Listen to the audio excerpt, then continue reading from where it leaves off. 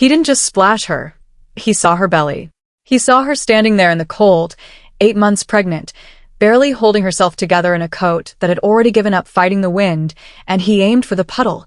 That's who Harvey Specter was, and that was the last mistake he ever made as a free man. Welcome back, my Mafians.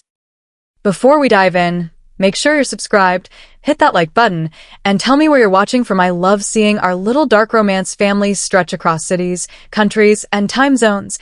Every click, every comment, every bit of love you leave here helps us keep unraveling these dangerous love stories and high-stakes betrayals together. So find your quiet place in the lights, and get ready, let's begin. Seoul in November doesn't ease you in. It hits all at once, the cold, the noise, the press of a city that owes you nothing and knows it. And Sharon, 8 months pregnant, and moving slow through a narrow market street, understood that feeling better than most. She had her hand on her belly the way she always did, not nervous, just aware. The way you stay aware of the only thing in your life that still makes sense. She wasn't supposed to be alone out here. Jung-nam had made sure of that. Bodyguards, a driver, the whole careful architecture of a life built around keeping her safe. But Sharon had left a note on the kitchen table that morning, gone for tteokbokki. Don't send the army. And slipped out while the city was still waking up. She just wanted one afternoon that felt like hers.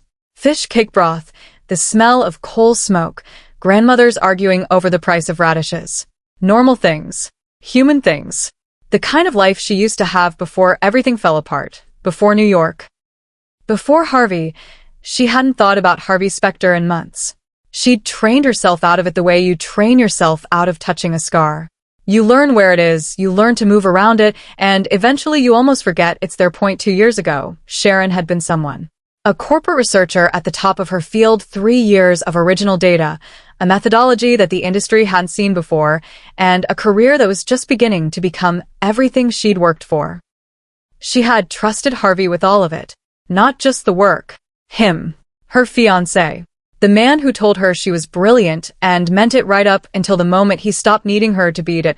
He presented her research at an industry summit on a Thursday afternoon. She sat in the audience and listened to her own ideas come out of his mouth, dressed up in his language, wearing his name. When she confronted him that night, he didn't flinch.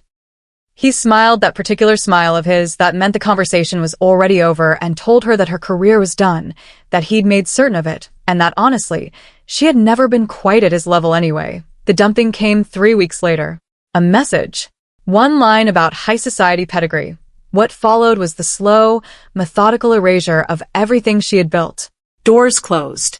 Calls went unanswered. Colleagues went quiet in the particular way people go quiet when they've been warned.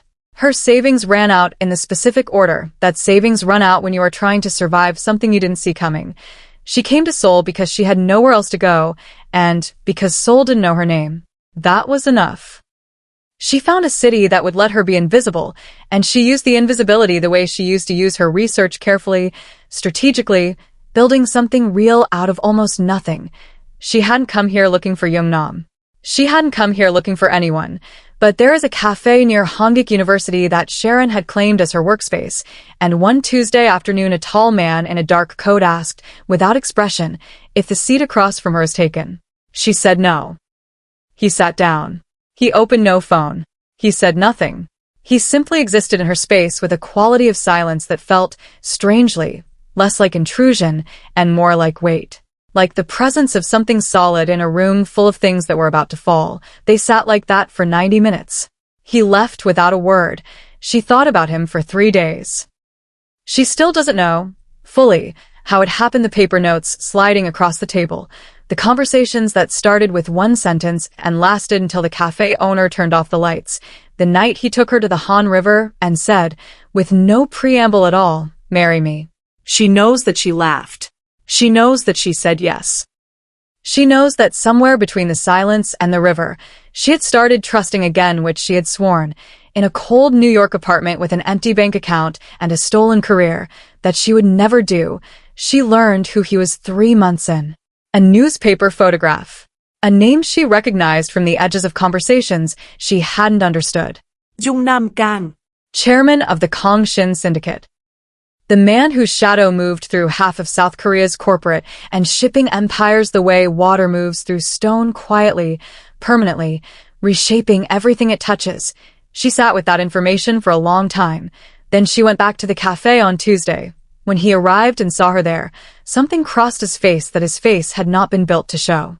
She had decided, by then, that she was not afraid of powerful men. She had already survived the worst one.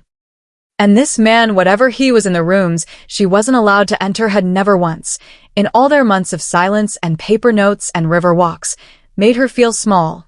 That was the miracle. Not the money, not the protection, not the matte black convoy that had appeared one evening like a quiet announcement that the world around her had changed. The miracle was that he looked at her like she was the most interesting thing in any room. And he meant it. Now she was 8 months pregnant in a Seoul street market, holding a paper bag of rice cakes, thinking about nothing more dangerous than whether to take the long way home. She heard the engine before she saw the card. A violent, high sound, the kind of engine that doesn't belong in a narrow street, pushed past what the road could hold. Sharon stepped back toward the curb automatically. Her hand moved to her belly. She scanned the street the way the last 2 years had taught her to scan, not with panic, just with the particular attention of a woman who has learned that the world requires watching. The red Ferrari came around the corner doing twice the speed it should have. She saw it register the puddle. She saw, and this is the part she would think about later, in the warm back seat of the G-Wagon, wrapped in a coat that smelled like cedar and safety, she saw the wheel turn toward it. Not away. Toward. The wave of water hit her chest high, freezing, dark with gutter filth. The kind of cold that doesn't just touch your skin, it gets inside you, into your clothes, into the places your coat was supposed to protect. She stood there, soaked and mud-caked, her breath knocked short by the temperature, her hand still on her belly, because the reflex never stopped. The Ferrari stopped a few meters ahead. The window rolled down. The giggle came first, a high, vicious sound from the passenger seat, bright with the specific delight of someone who had wanted exactly this. Then the driver leaned out, and Sharon looked at the face she had spent months training herself not to think about, and felt something settle in her chest that was not grief, not rage, not feared. It was recognition. Cold and absolute and almost calm. Harvey Specter looked exactly the same. The expensive haircut, the cheap smile, the eyes that had never once, in all the years she had known him, held anything resembling accountability. He looked at her belly. He looked at her mud-soaked coat. He looked at the empty street. And he smiled. He said the things men like Harvey say when they find a woman they've discarded standing in a gutter, the words designed to confirm everything he needed to believe about her, about himself, about the way the world had ordered itself according to his preferences. Pathetic nobody. Knocked up in the gutter. Should have stayed beneath my boots where you belonged. From the passenger seat, Chloe threw a handful of crumpled bills out the window into the wet street. The word honey turned into a weapon. Sharon stood in the mud and the cold and the rain, and she did not scream. She did not cry. She wiped the filth from her cheek with the back of her hand, and she felt her amber eyes go very still, very quiet, very clear, the way they went when she already knew the answer and was simply waiting for everyone else to catch up, because she knew something Harvey didn't. He hadn't checked his mirror. The matte black Mercedes G-Wagon cut through the rain like it had been there all along, like it had simply materialized out of the gray air, massive and silent and absolute, pulling forward until it blocked the Ferrari from the front. 2 more armored vehicles swung in from either side, and the street became, in the space of 4 seconds, a different kind of place entirely. The G-Wagon's door opened. Jin-woo stepped out first. 6 foot something of tailored black suit and contained force, a man who looked less like a bodyguard and more like what happens when a building decides to stand up and walk somewhere. He didn't speak. He cracked his knuckles once, and the sound of it moved through the air like a door being locked. And then the rear door opened. Jung-nam stepped into the rain, and the temperature on the street dropped 10 degrees. He didn't look at Harvey. He didn't look at the Ferrari or at Jin-woo or at the other vehicles now sealing the road at both ends. His eyes dark, deep, the kind of still that isn't calm, but is something older and more permanent than calm, were fixed entirely on his wife, on the mud dripping from the hem of her coat, on the slight trembling she was trying not to show. He crossed the street to her. He reached up and stripped the cashmere coat from his own shoulders, and he wrapped it around her slowly, carefully, like he was doing something that mattered more than anything else happening on this street or anywhere else in his considerable world. The coat swallowed her. It was warm from his body. It smelled like cedar and something dark and steady. Sharon's hands found the lapels and held on. He lifted one thumb, the same hands that had built and dismantled empires, and wiped a smear of mud from her cheek. "Are you hurt, my queen?" His voice was barely above a whisper, rough at the edges. All of it meant only for her. Sharon looked up at him. She was cold and filthy and furious and 8 months pregnant in a street market in Seoul, and she looked at this man who had found her in a cafe and sat in silence for 90 minutes and decided, without fanfare, that she was worth everything, and she felt the fury settle into something steadier. "I'm okay," she said quietly. "Just freezing." And furious, he nodded once, then turned to Jinwoo. "Get her into the SUV. Seat warmers. Maximum." Only when the bulletproof door closed behind her, only when she was safe inside the warm dark, the city muffled behind glass, did Jung-nam turn around. The tenderness left his face like a light going out. What replaced it was not anger. Anger is loud, and Jung-nam had never needed volume. What replaced it was something much older, the particular, terrible indifference of a man who has already decided what happens next, and is simply walking toward it. He moved toward the Ferrari. His shoes clicked on the wet asphalt, slow and even and certain. Harvey, pale now, rolled his window down an inch. He said his name like it was supposed to mean something. He said the merger. He said the billions. He said move this truck with the last of his confidence. Jung-nam reached through the gap of the window, one hand around the silk tie. He pulled, not hard, not violently, not with the effort of rage, but with the effortless, quiet certainty of a man who has never had to try very hard to make the world do what he needs it to do. Harvey's upper body came out of the window and down toward the wet road. His face was very close to the asphalt he had used to drench someone else, and Jung-nam, in a voice so low it barely qualified as sound, told him exactly what was going to happen. The merger. Gone. Filed on a technicality that bore the clean signature of Kongshin's legal architecture. The firm, the infrastructure debt had changed hands overnight, the 30-day notice already drafted. The Jung-nam penthouse, the lease clause had already been invoked. The accounts, frozen by morning, pending an IP complaint filed from New York by a woman Harvey had once told she lacked the pedigree to stand beside him. And as for this toy, Jung-nam said, releasing the tie and letting Harvey fall back inside, crush it. With him watching, the transport truck arrived in minutes. The Ferrari went up on its lift. Harvey Specter and Chloe were pulled from the car and stood on the wet asphalt in their gala clothes, the silk, the heels, the jewelry that was already being catalogued for liquidation, and they watched.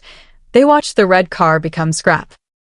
Sharon watched from behind the bulletproof glass, her hands around a paper bag of rice cakes. She was still somehow holding Jung-nam's coat warm around her shoulders, her belly solid and present and real. She watched the rain fall on the street where a man had aimed a puddle at her and thought that was the end of the story. She knew better. She had always known better.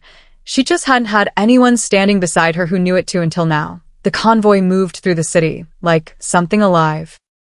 Sharon sat in the back of the G-Wagon, wrapped in Jung-nam's coat, watching Seoul blur past the rain-streaked glass.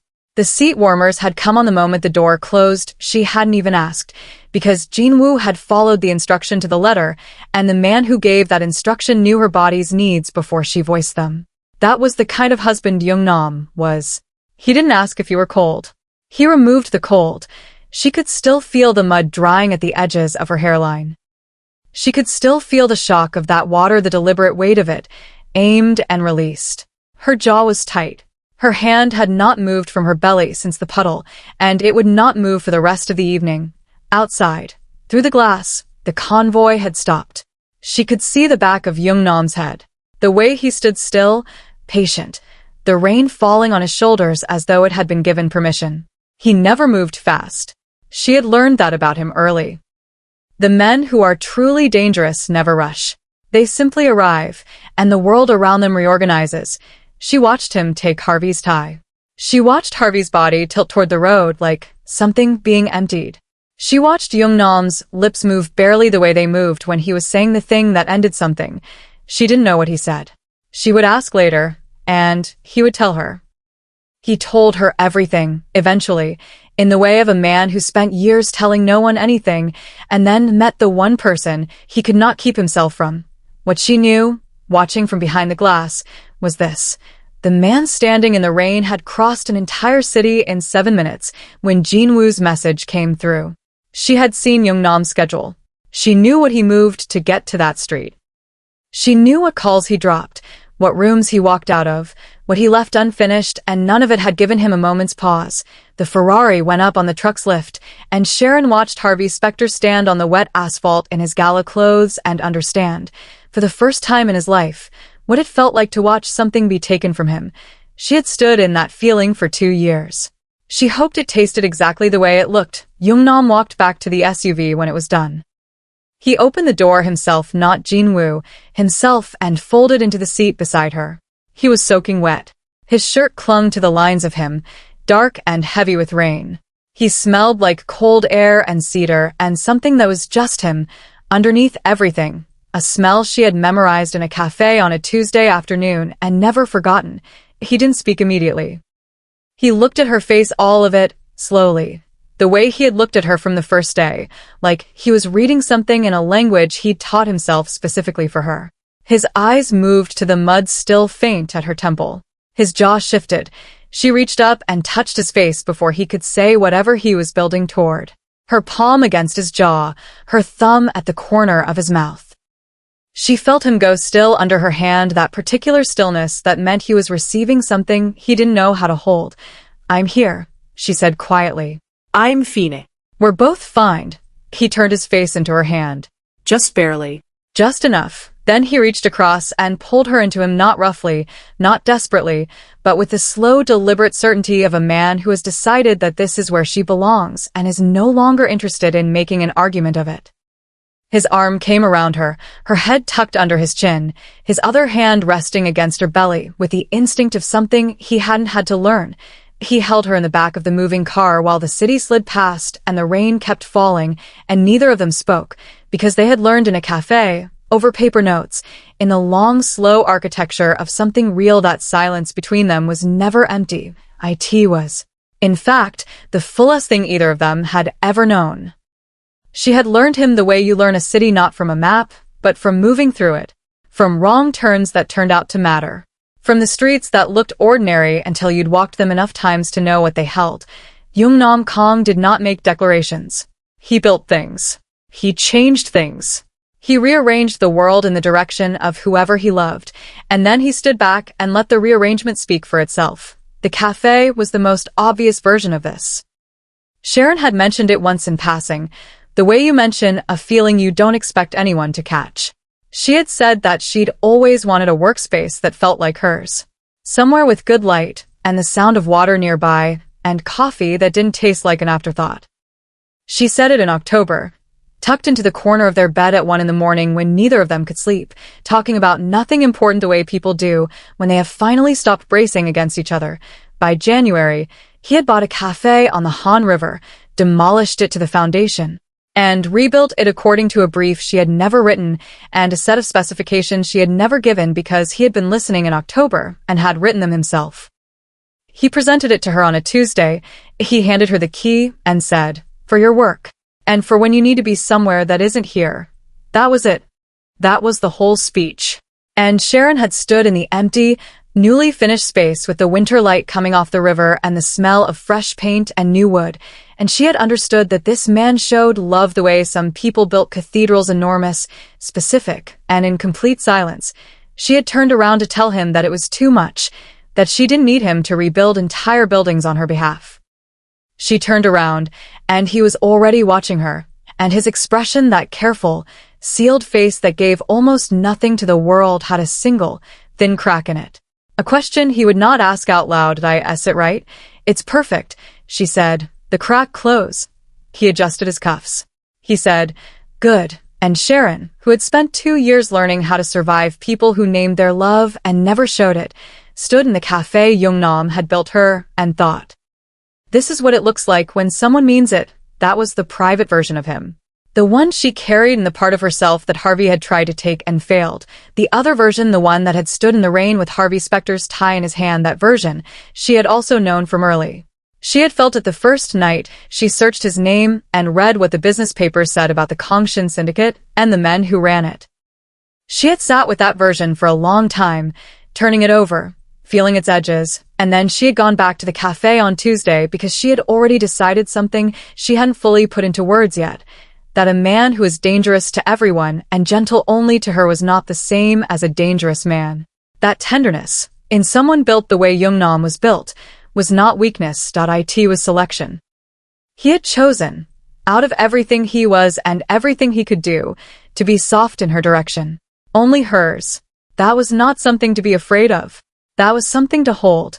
She thought about this in the nights when his work pulled him dark and distant, when she would wake to find his side of the bed empty and the apartment lit only by the blue light of his study at the end of the hall. She would lie still and listen to his voice, low, controlled. In Korean she had learned enough to understand the architecture of, if not every word, and she would know that whatever he was doing in that room was the cost of the life they had. The machinery beneath the surface. The reason the coat was cashmere and the car was armored and Jin-woo cracked his knuckles and the world arranged itself. She had made her peace with that machinery. Not because she was naive about what it was. Because she had looked at it clearly, the way she looked at everything, and decided that the man it belonged to was worth the weight of knowing. She pressed her back against him one of those nights when he returned to bed, warm now, smelling faintly of the whiskey he kept in the study for when the machinery ran heavy. His arm came around her in the dark without a word, his palm flat against her belly. "You should sleep," she said. "I am sleeping," he said. She smiled into the dark. "That's not what sleeping sounds like." "Then, go back to sleep, Sharon," his voice sang her name. That was still the thing. 2 years and a pregnancy and a marriage and a cafe on the river and the sound of her name in his voice was still the thing that settled her completely. She closed her eyes. There are moments that arrive without warning and divide a life cleanly into before and after. Sharon had already lived through one the afternoon in a New York conference room when she sat in the audience and heard her own work come out of someone else's mouth. That was the cut. Everything before it was one life. Everything after, another. This was a different kind of moment. Softer in its arrival. No less permanent in its consequence. It was a Thursday night in late January, and she was working at the cafe, her cafe, though she still felt a small private thrill at the thought when the pain started. Not sharp. Not the kind of pain you see in films, sudden and dramatic. The kind that begins as a pressure and becomes, over the course of 20 minutes, something that requires your full attention. She called Jung-nam once. He picked up before the second ring. She said 2 words, "It's time," and the line went quiet for a beat that lasted less than a second. "Don't move. I'm coming." She sat by the window and watched the river, her hands on her belly, her breathing measured. She had read everything. She had asked her doctor every question she could think of. She had prepared, the way she prepared for everything, completely, obsessively, with the same focused intelligence that had built her career and rebuilt her life.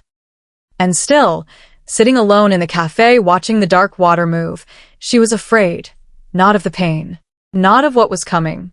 Afraid, in the way you are afraid only when something matters more than you have words for, that she might not be enough.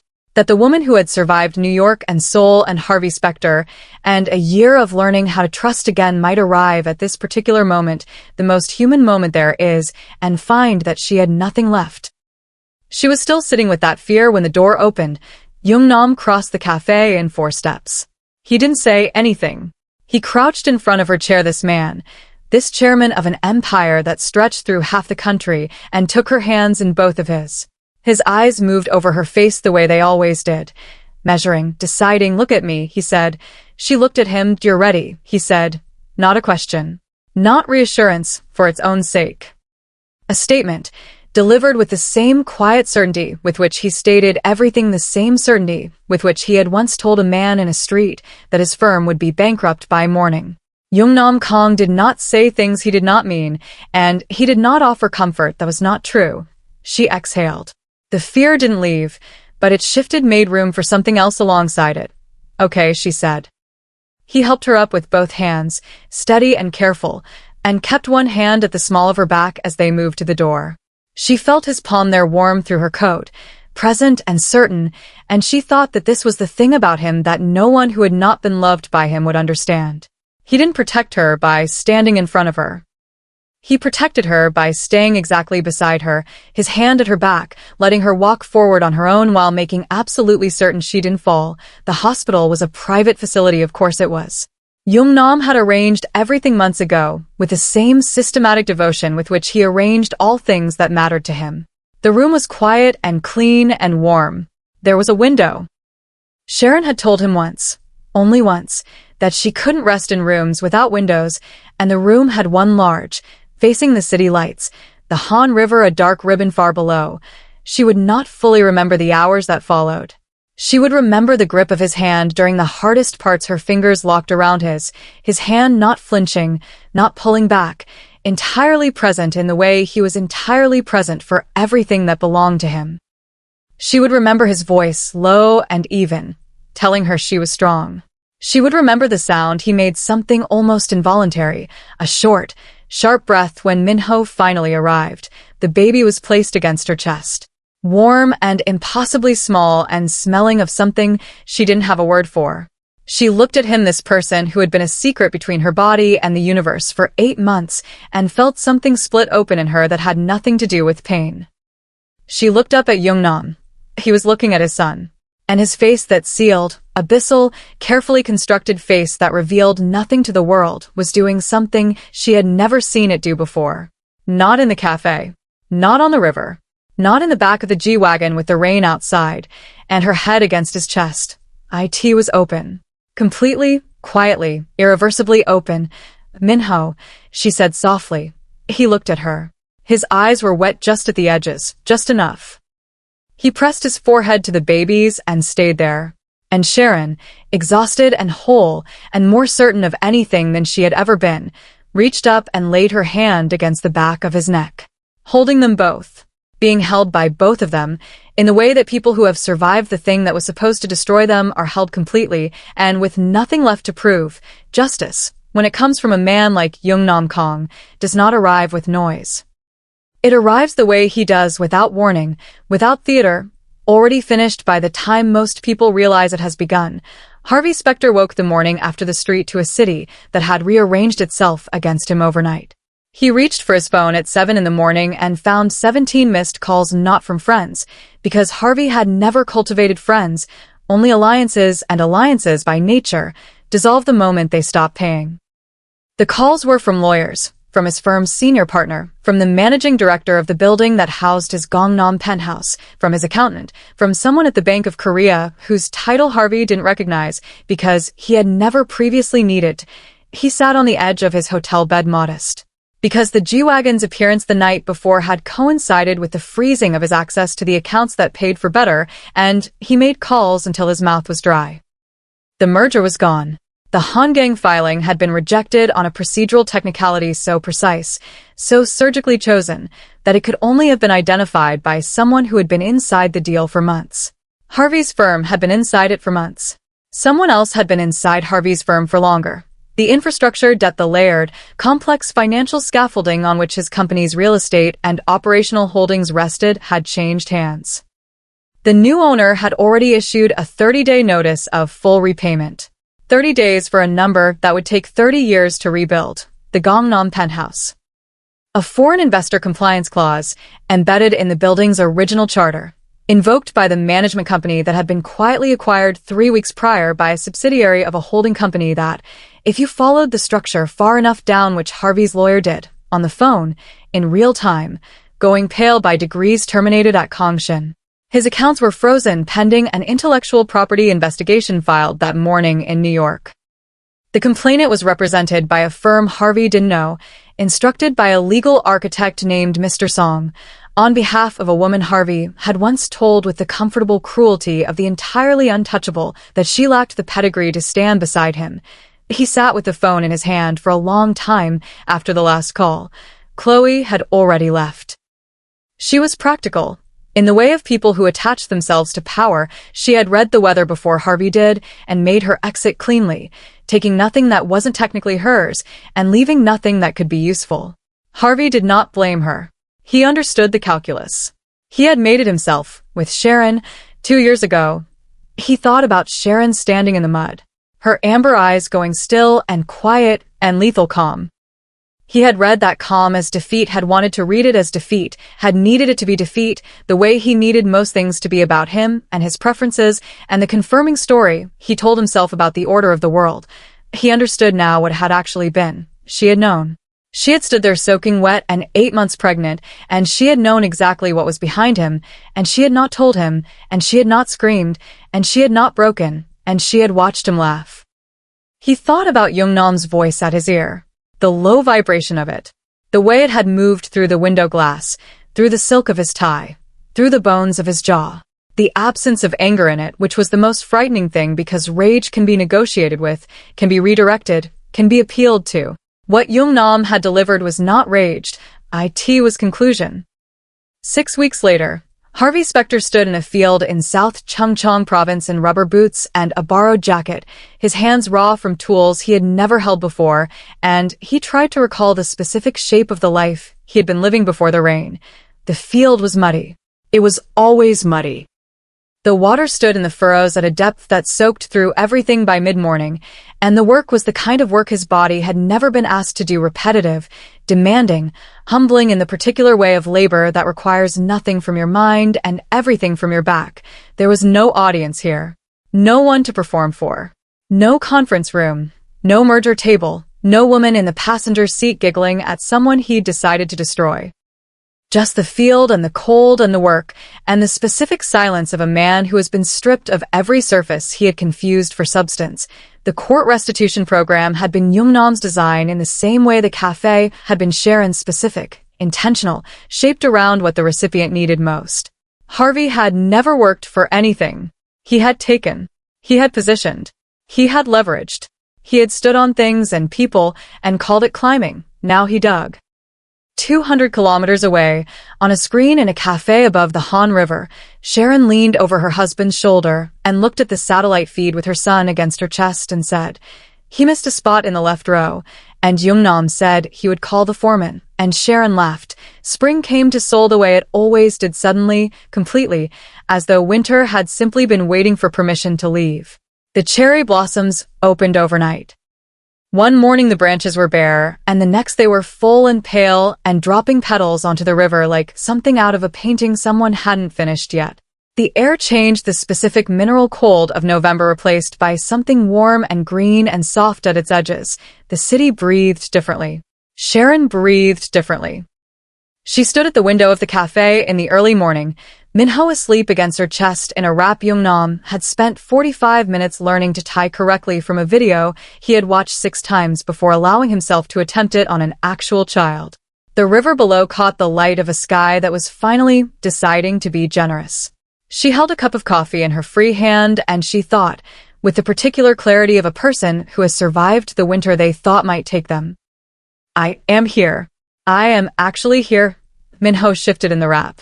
His face scrunched, his father's expression, miniaturized, made soft by the fact that the person wearing it was 4 months old and had not yet learned to hold the world at distance. Sharon touched his cheek with one finger. He settled. She heard Jung-nam before she saw him, the quiet weight of his footsteps on the newly finished floors of the cafe.